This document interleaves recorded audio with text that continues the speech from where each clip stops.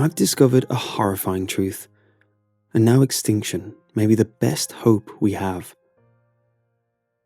I know it sounds crazy, and yes, the things I now know may be too much for our species to grasp.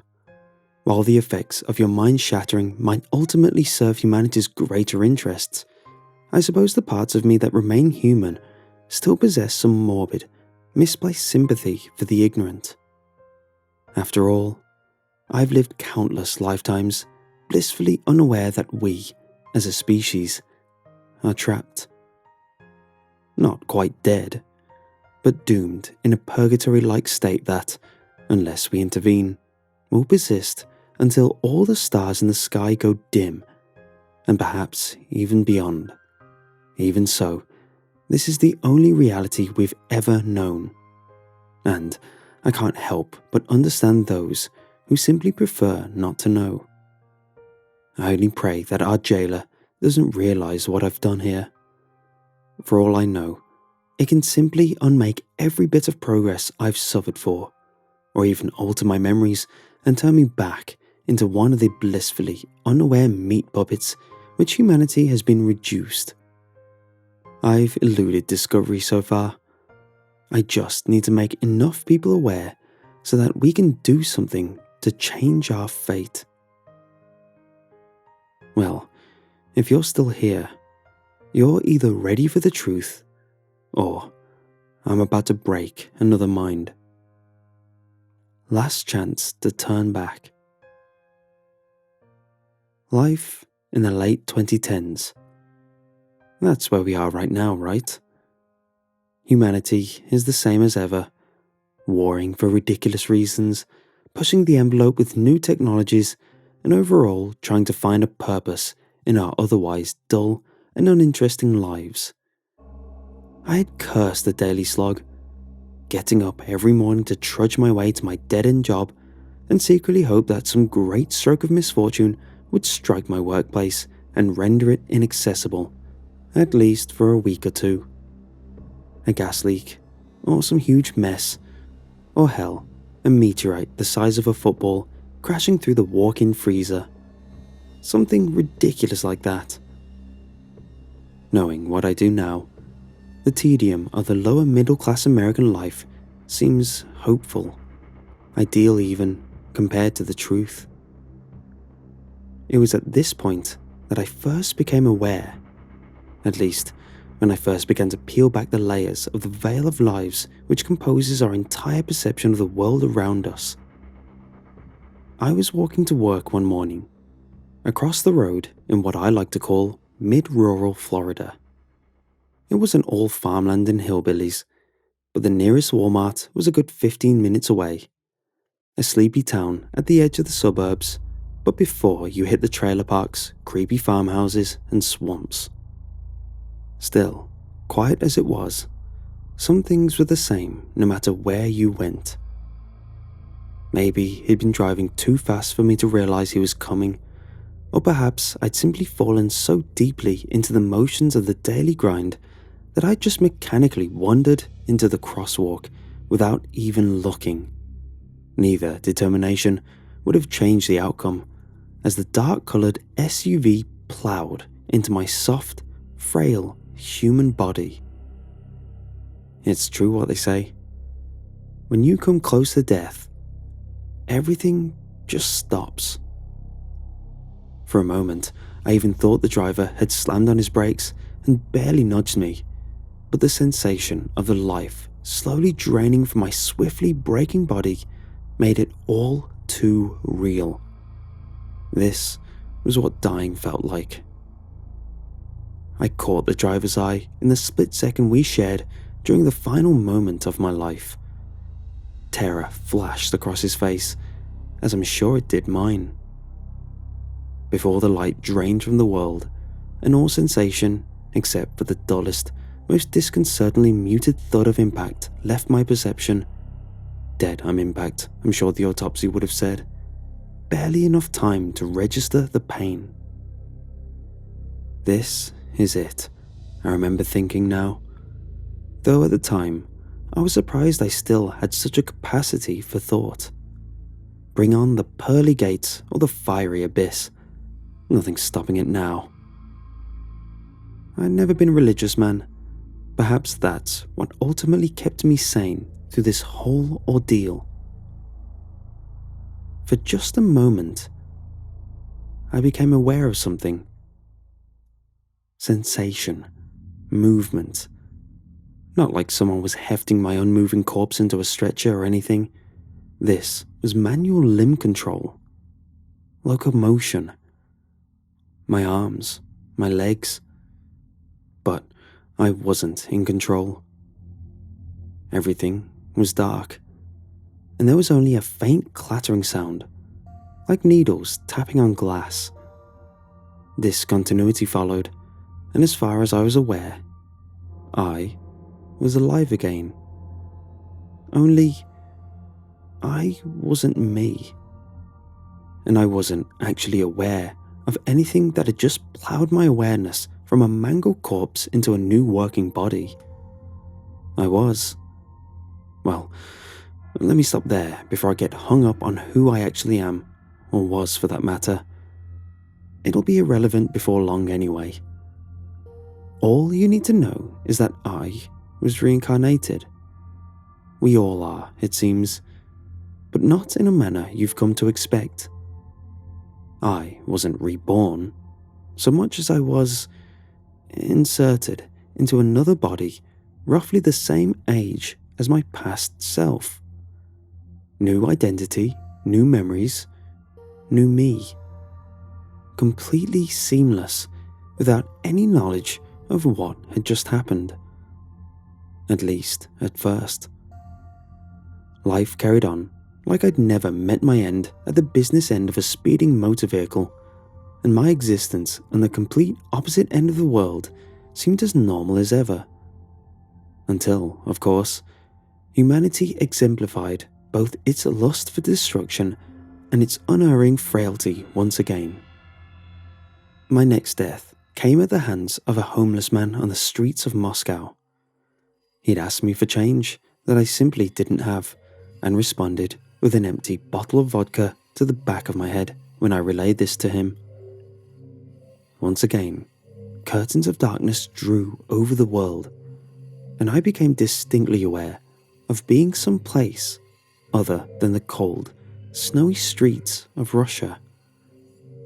Even more perplexing, I remembered the car accident.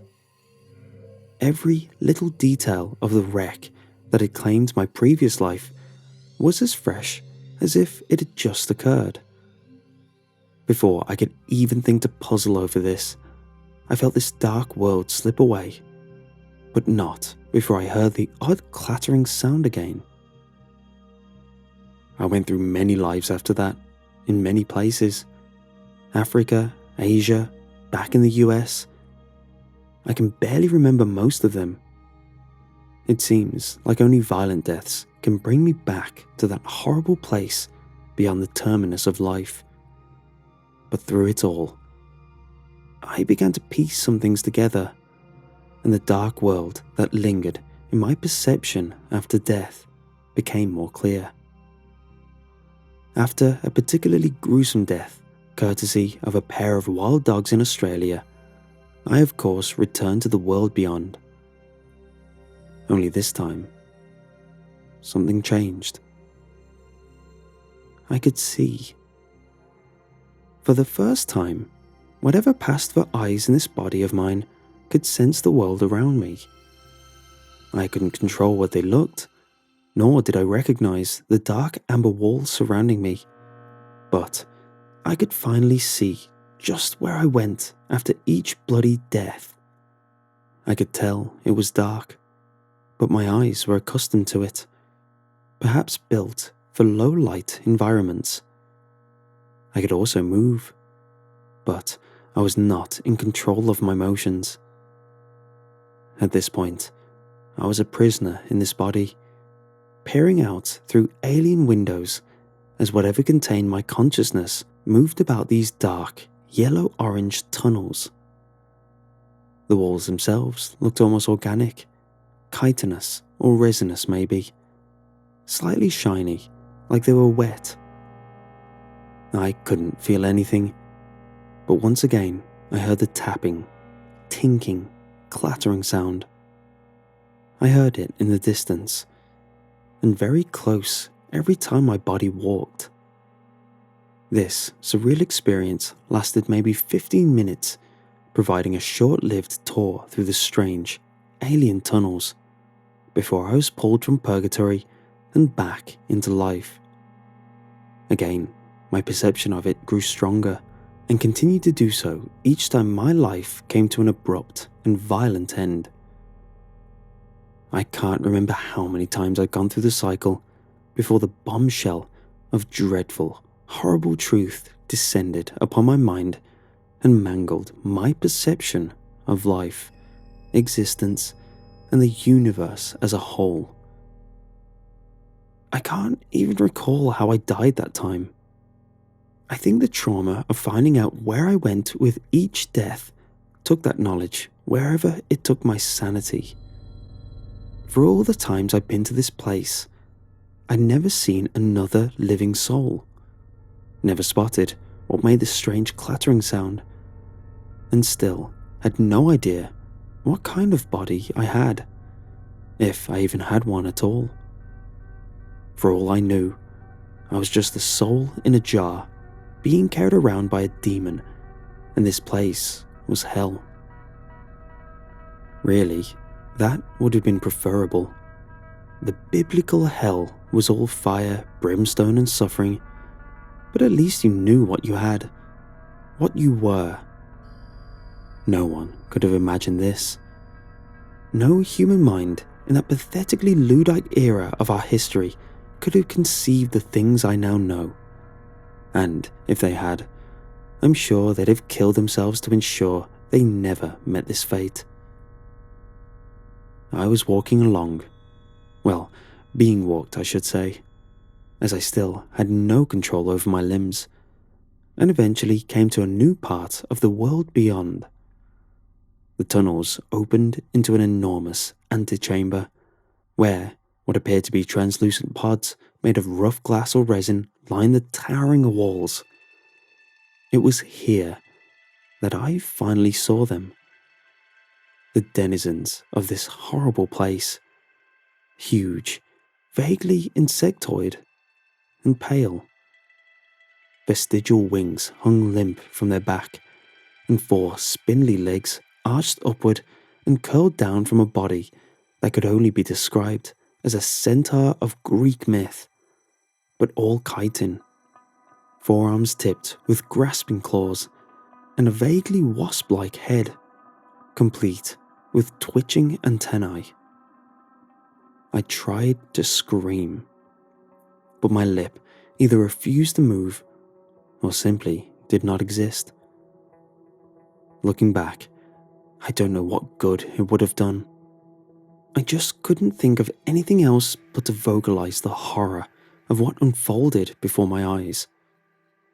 The bug things were lowering the resin tubes off the walls, their needle-like legs piercing into the wall and allowing them to scale the sheer, amber surface. Here, the clicking and tapping sound was at its loudest, and I realized now what it was. The tapping of their feet against the resinous floors and walls. There must have been thousands of them in these caverns. Panic rose in the phantom space that might have been my heart as I was made to approach the wall. Up close, the things were just as pale and grotesque as anything else you'd expect to find in a near lightless environment. There had to be a dozen in the room right now, some coming and going as they worked to peel open the tubes and retrieve some unseen treasure from within. Many of the bugs appeared to be injured or damaged in some way, their carapaces pocked with holes, some missing entire limbs. Whatever the cause, they appeared entirely unconcerned with their wounds. I stopped at the foot of the wall. I suppose I should have put 2 and 2 together by this point, but my mind refused to accept the theory stringing together in my mind. I watched the bug thing higher on the wall pass a tube down to a lower one, then one even lower, then to me. 4 chitinous graspers took careful hold of the tube and, with unimaginable strength, hauled it aside and set it down. My mind spun as I witnessed the hands, the ones attached to this body from which I viewed this terrible world, tear into the resinous membrane at the front of the tube. Only when my body tilted forward so we could view its own handiwork did I finally realize the truth. Large compound eyes, wasp-like face, complete with antennae, sharp pincer mandibles. This was me. My face, my body, my hands, my prison. I think the shock of my realization awakened me to something. A sensation began to creep into my horrible clawed extremities. I begged for it to go away, to retreat into the recesses of whatever veil had held it back. This couldn't be me. I was a human being. This was some horrible pre-death nightmare that only seemed quite so long because of the time distortion we experienced in dreams. My death at the intersection was my only true death, and I was just dreaming the rest of this. Just dreaming.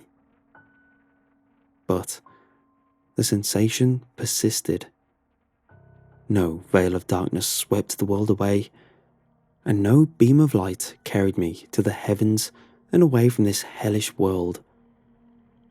I watched, helplessly, as the resin glass was torn away, and a dazed, but otherwise seemingly unharmed human came into view. The clawed hands, which I refused to call my own, made quick work of that, piercing the man's carotid artery, producing a spray of blood and a gurgling sound I had previously figured exaggerated for gory movies. It tore into that body, dissecting flesh and bone with its powerful claws, ripping viscera apart and completely dismembering the human corpse. The sensation of human body parts squishing under my fingers made me want to vomit into the ethereal void that was my existence. Other workers approached and began to cart the mess of organs, limbs, and tissues away. My body carefully took the head in its hands, its claws effortlessly snapping off the jaw, ripping flesh from bone, and cracking the skull in just the right way to remove the prize waiting within, the brain. It discarded the rest of the head, tossing the remnants into the open chest cavity of its victim, which another drone casually hefted into its impossibly powerful arms and began to cart away to places unknown. At this point, the darkness began to return. Despite my terror, I fought against it, clawed at the awareness of this world, desperate and horrified to know where this hellish rabbit hole went. I think something broke that time. Something in the system of life and death as it has been for humanity for, God, I don't even know how long now.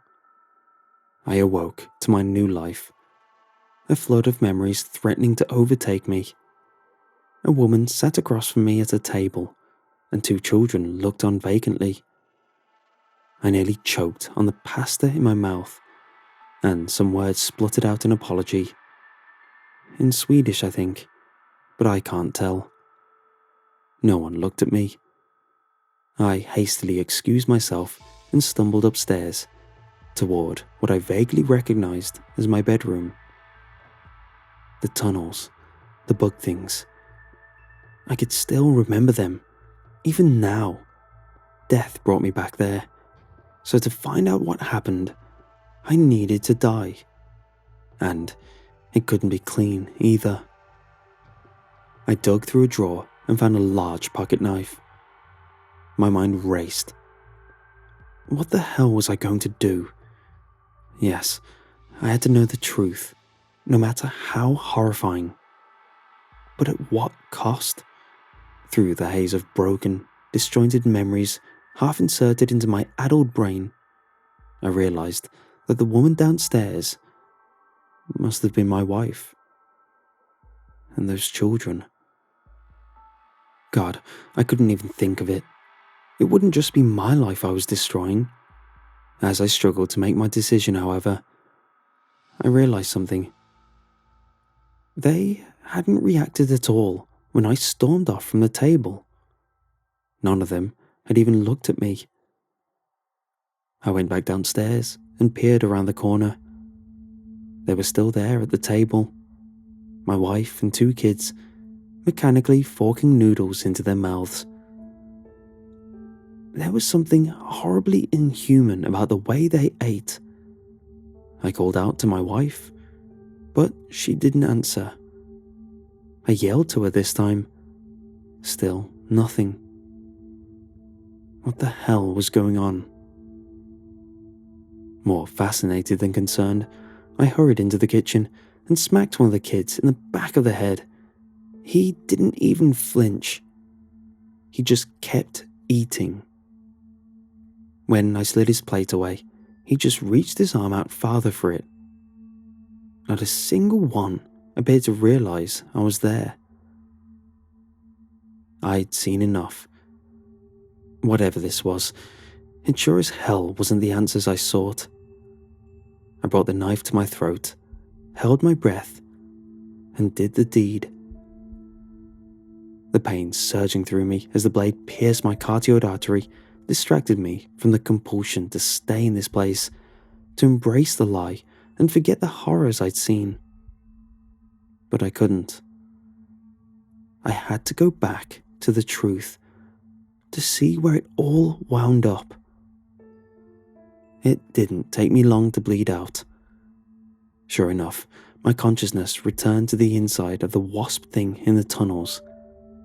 It had made its way to another part of the structure, to what I could best describe as the end of an assembly line. Hundreds of fresh, new workers, free of any blemishes or wounds, sat lined up on the floor, their bodies rising and falling with their respirations, but otherwise inert. My organic prison skittered toward the nearest drone and, grasping the human brain in one hand, took hold of the new drone's head and pried open the backplate of its chitinous exoskeleton.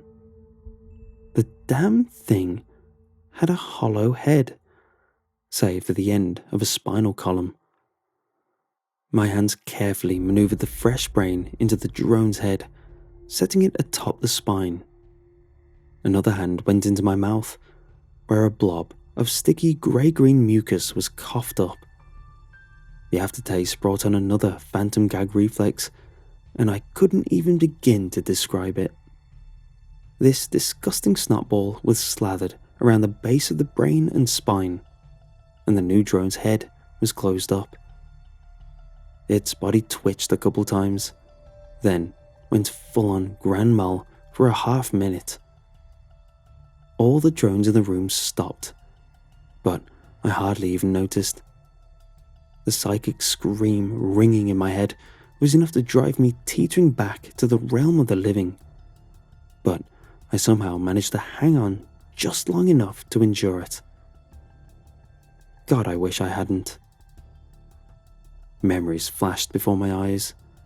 School children, homework, a first kiss maybe, first job, a funeral, then a black sky, military air raid sirens, followed by the deafening rumble and blinding light of a Moab colliding with it, our jailer.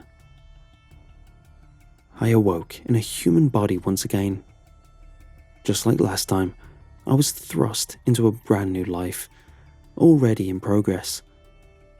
Now, however, I didn't have to fight away the new memories. They came and they found their place. But they were foreign, irrelevant. The truth had finally burned itself into my real brain. The one sitting in the once vacant skull of a mass-produced drone, birthed by an entity humanity never, had any hope of defeating. The woman, who must have been my wife, shifted and turned toward me in our bed. She asked me what was wrong. I responded effortlessly to her French, telling her I was fine. She hummed sleepily and turned back over, apparently content. Her name was Amelie. We had 2 children, Jean and Camille. I was a successful software engineer, and she was a school teacher. All things considered, this wouldn't be a bad life to live. I could forget everything I'd just seen and just continue in ignorance. Hell, at least she realized they existed, unlike the Swedish woman.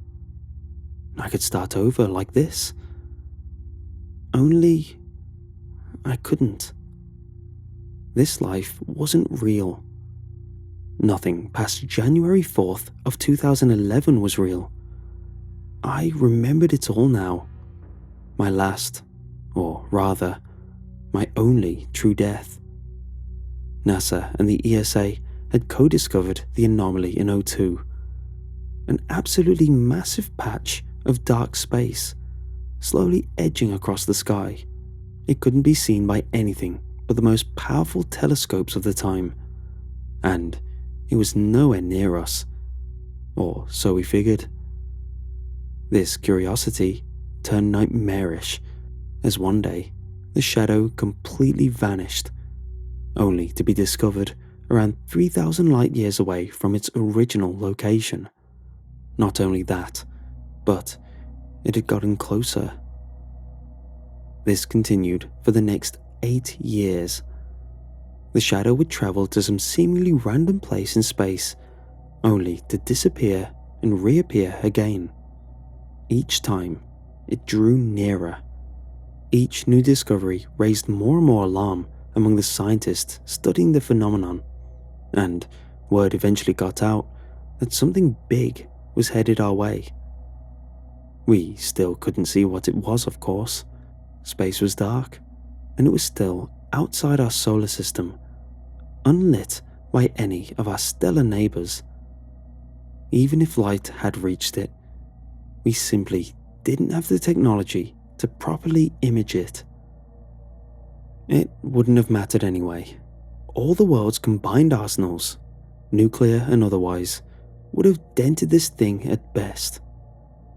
We knew it too, when it finally appeared at the edge of the solar system, its vaguely circular body surrounded by pale, fleshy tendrils and jagged, rocky-looking flesh. If this thing wanted to kill us, it wouldn't have to try too hard. Best estimates put the thing at just over 50,000 kilometers across. That's about 5 times the Earth's diameter, give or take. Yet, despite the immense size, it seemed to have no gravitational effect on the bodies around it. It passed right through Pluto without flinging the tiny non-planet into the depths of space, nor did it appear at all disturbed by Jupiter's immense pull. This tendril-covered pseudo-planet spat in the face of gravity and single-mindedly floated toward its destination, Earth. Panic, the likes of which no disaster movie could depict, soon ensued. The approaching entity had done nothing to prompt any feeling of dread. It hadn't fired any weapons, shown any aggression, or so much as nudge another planetary body on its way here. But humans are flighty creatures at the best of times. People acted like the end was already upon us, pouring into churches, murdering those who wronged them in some final acts of revenge, fleeing the resulting carnage of chaos, or committing suicide en masse. Those who died before our jailer's arrival were the lucky ones, at least if their brains were destroyed in the process. I don't think it can use the broken ones. I remember the day so vividly now. It's as if the newly activated drone seizing had reawakened it in my mind. Some side effect of the hive mind that keeps them running, combined with the final desperate cries of the fleshly implanted brain before its awareness was suppressed. its consciousness shunted into a new, artificial life. But I remember. The horrible, tentacled thing rose over the horizon before it had even gotten close. In the days before its arrival, people had formed cults dedicated to sacrificing their fellow man in its name, so that they might be spared. I never really learned of their fate, but I don't imagine this thing cared for their paltry offerings. The thing's rocky surface lit with tiny flashes of distant nuclear fire in the month leading up to its arrival, a sort of final act of rebellion in the face of complete annihilation. We all knew that, even if we managed to kill this thing, it was on a crash course with Earth. We'd be obliterated on impact. But humans are warlike at our cores, even if people refuse to admit it. There's something deeply primal about killing something that's trying to kill you, even if it won't necessarily mean your survival. Eventually, the nuclear bombardment stopped. The world governments, suddenly freed from their old hatred and conflicts, decided to hold the rest of their arsenal, on the odd chance that this thing meant to invade Earth, rather than simply crush it in some massive, unseen jaws. Well, they were half right. An invasion did happen. They were simply wrong in their assumption that their weapons would make any difference. The world darkened. Massive tendrils plunged into the ground, causing earthquakes the likes of which we'd never recorded. Ground defenses worldwide were rendered largely useless, and millions died in the resulting upheaval. I was one of the lucky ones, if you could call us that. Entire countries were reshaped overnight due to mass flooding and tectonic shifts. But those who survived were in for an even greater horror. The bug things. They descended through the tendrils as if they were colossal, fleshy elevators, pouring out of hollow openings and charging heedlessly into the resisting human ranks. Unlike their floating master, the bugs could be killed. Hundreds of thousands were torn apart by gunfire, mortars, and aerial strikes. For months, the remaining holdouts fought the invaders, many opting for suicide to prevent capture, lest they be subjects to whatever horrible things lie in wait up in the fleshy tendrils and inside the colossal monstrosity above. As our numbers waned, and the ceaseless flow of enemies trampled over their own dead, the few remaining aerial transports opted to deliver nuclear devices to the front lines. Once a position was overrun, a bomb would be detonated, absolutely devastating the enemy ranks. But for every dead bug, 2 more seemed to crawl from the tendrils. They gathered the charred, irradiated remains of friends and foe alike, and crawled up the tentacled tunnels from which they came. I met my end the same manner as the humans screaming in my head. I was captured, dosed with some kind of aerosol sedative, and stuffed into one of those resin pods. It was placed into one of the tendril walls and slowly drawn into the upper levels of the creature in space. In my haze, I felt hopeful. Maybe, if we could kill enough of these things, we could get inside and strike back. We could kill the Master. Maybe even survive in the apocalyptic hell it had brought upon us. I held on to that hope, even as one of these goddamn bugs tore my body to shreds and slipped into the all-encompassing darkness that is true death. Then I woke up, a new man. And you know the rest. I can't tell you whether heaven or hell are real. I don't think any human alive that day will ever know, unless we do something to free ourselves from this madness. I've died, lived, and died again so many times since I've learned the truth, and I have some theories about what exactly this thing is. This is more than just the musing of a madman. I believe the things I've learned may yet save us from this fate. For one thing, Our home is gone. Forget all illusions about going back to Earth, because there simply isn't an Earth to go back to. Over time, I've dipped into the hive mind, listening to the echoes of thought riding on psychic waves that control the drones, and I've watched it tear apart our beloved planet more times than I probably should have. I've seen this thing's thoughts, its ideas, its dreams. I can't tell you why it's doing this. It doesn't think like we do. It doesn't communicate in words or syllables. It speaks in the language of ideas, of urges, of intent. It drives its drones to do things, and they do them. To be honest, I don't even think it's consciously aware of the state of humanity. In my push to understand this thing's mind and comprehend its thoughts, I haven't come across any impression that it does anything but maintain the illusion in which we all live.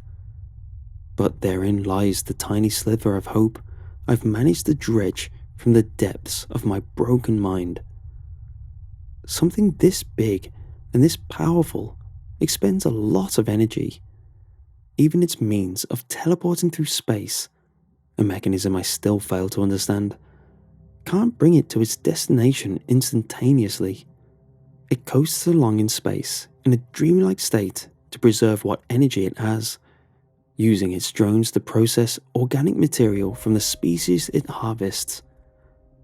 Yes, that's species. Plural. We aren't alone up here. Not only did this thing take every living human from planet Earth, it also consumed all the plant and animal matter it could find, and every last scrap of mineral-rich Earth it got its tendrils on. But more than that, there are other minds up here. Minds which were here before humans were taken. Minds from other worlds, trapped in similar illusions to ours. For now, they seem to be unreachable. But I believe that if we can make enough humans aware, we can save them too. That brings me to my plan. And stay with me on this. I'm alive right now. Well, in the facsimile of life that you call planet Earth in 2019. I've written these notes in just about every language known to man, having lived through so many lives already and retained so many memories. For now, this plan is safe from the prying eyes of our jailer, as it's still asleep, scanning the cosmos with senses indescribable to human minds, in search of new life to absorb. Why it does this is still beyond my understanding. Maybe it's a living vacuum cleaner, sucking up the garbage life in the universe. God only knows if we'd qualify. Maybe it's some sick and twisted means of cataloguing life and preserving it before it's wiped out by some cataclysm. Or perhaps it's completely meaningless, like all life, and the universe is just cruel and unforgiving and horrifying in ways we could never comprehend. I suppose we'll never know. But there is a way out. You have to die. Not only do you have to die, and gruesomely so, but you have to kill as many people as possible. Brutally, violently. Take as many lives as you can, as often as you can, and spread the hell out of this message. I know it sounds insane, and I hope it is. God, I hope I've just done a metric ton of drugs and been delirious for the past decade. Anything would be preferable to this hell. But you have to believe it. Surely you've seen the signs already. Flickers of memories from past lives, sensations of déjà vu, and the sense that half the people around you are just facsimiles of human life, waiting for a soul, a mind to be implanted. That's why we're stuck onto already set lives after we die, because this thing had invented them for us already. There are empty shells of human beings, like my Swedish family countless lives ago, wandering this pseudo-Earth every day, just waiting for some fool to kick the bucket and fill a new role. And it's so seamless that it's almost perfect. Almost. I leave you with this plea. Do your part to save humanity. It's our only hope, not for survival, but an end to our imprisonment. A species-wide mercy killing to free us from the false reality in which our minds are held captive. And I know you're asking, why would I want to know all this? Is ignorance not bliss? If the alternative is just watching myself chop people up and feed them to a giant space monster all day? Well, maybe. But here's the juicy part. Recently, I've made a startling new discovery. I was testing the extent of my senses in my drone body and found that I was able to wiggle the end of my antenna. Just the end. Just a little. But like an arm you've slipped funny on that's gone numb overnight, that little wiggle paves the way for great emotion. And if this thing stays asleep long enough for more of us to become aware, well, we could do a lot of damage, given the right circumstances. Live as a slave or die free. We've made that choice as a species time and time again. Why not partake in one last rebellion? One final collective middle finger flipped at the universe that decided we weren't good enough. I'll see you out there, friends. Happy hunting.